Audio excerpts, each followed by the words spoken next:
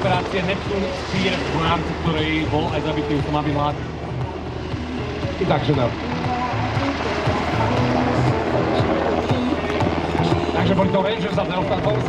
Ďakujem, Janko, že si to dohľadal, takže Sedia, pretože my sme sa žiadne rozprávali na začiatku, že keď si dáš tých 5-6 rokov dozadu, keď v podstate ešte boli v priekach tieto Black Hawky u nás, tak vždy len to bol nejaký výlet do vzduchu, nejaké zľadovanie, ďakujeme pekne a teraz vidíš úplne iné. Úplne niečo iné, pretože tá koordinácia všetkých riadení musí byť oveľa vyššia ako pri lietaní na lietadle alebo s krídlami, ktoré nerotujú.